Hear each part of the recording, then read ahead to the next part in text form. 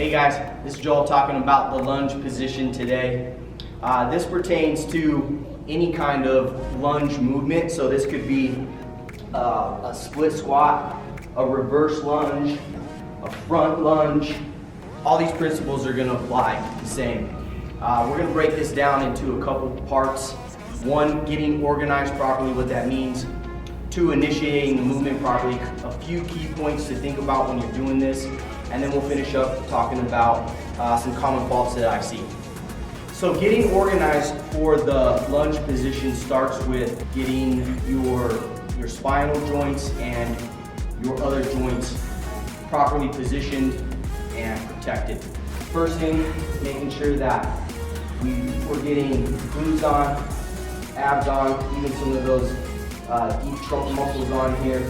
And then two, positioning the joints properly.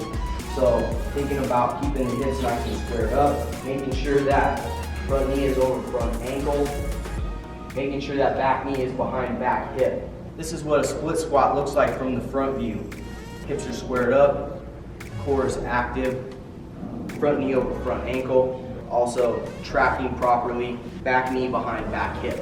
When it comes to initiating the lunge movement properly, I want you to think about making sure that we've got hip complexes active and we're feeling the load in these areas as the primary versus just front leg or something like that. So this is what a split squat or lunge position looks when initiating movement from the side, using hip complex and feeling load in the hips. A couple key points to think about when performing the lunge is keeping the hips squared up, making sure you're initiating movement with the hips, good foot pressure between balls of feet and heel, and making sure the knee is tracking properly outward.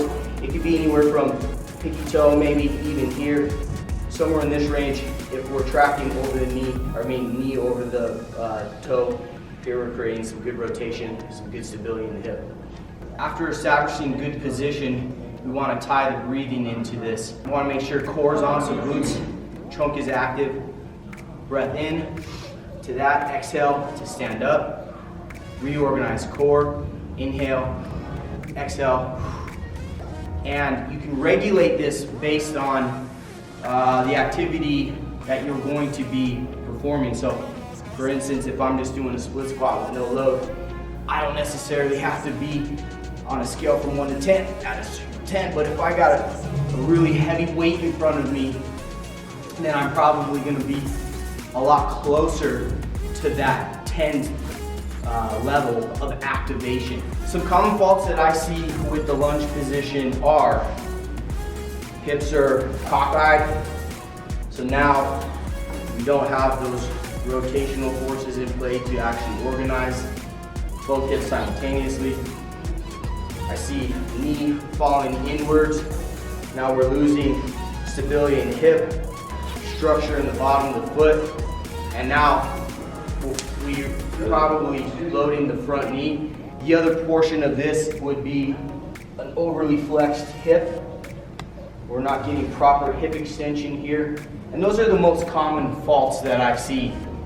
So again, a lot of this has to do with just getting organized properly to begin with, making sure the hips are squared up, front knee over front ankle, back knee behind back hip, and that should really clean up a lot of any faults.